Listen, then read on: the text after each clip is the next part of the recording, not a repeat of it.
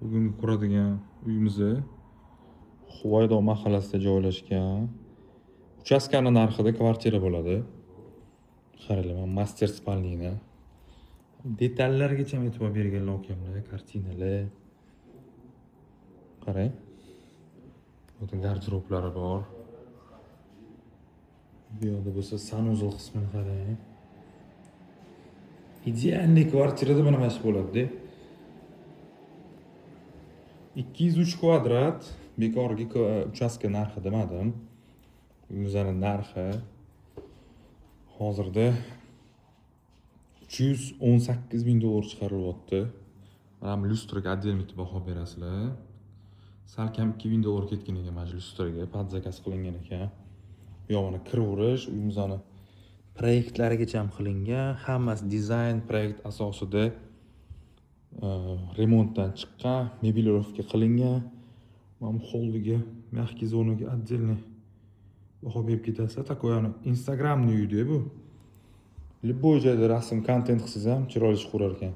Kattagina hol qismi bu yoqda ikkita zonaga ajratilish uchun mo'ljallangan katta zal qismi. Ya'ni bu yoqda mягкий zona, bu yoqda stolsiz zona qilsangiz bo'ladi.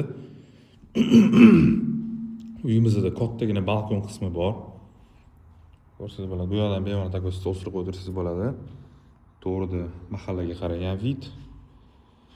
Zalimiz haqiqatan katta. Hamma dizayn proyekti beriladi. Shu chizmalargacha ham qilingan, hammasi idealniy qilib. Endi oshxona qismini ko'ramiz. Oshxona qismi ham kichkina emas, stolsiz zonalari ham bor bu yoqda. Qarang, рабочий zonaning kattaligini. Kachol qismini ham ko'rsatib ketaman.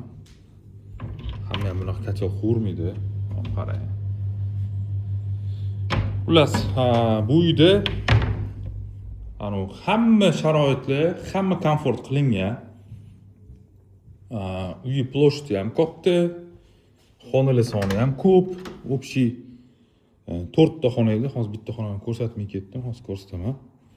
Bu yoq mana master spalniyadan chiqishimizda детский spalniyamiz ham bor. Mana lyustra bir oy terishgan ekan, mana shu lyustra qarang.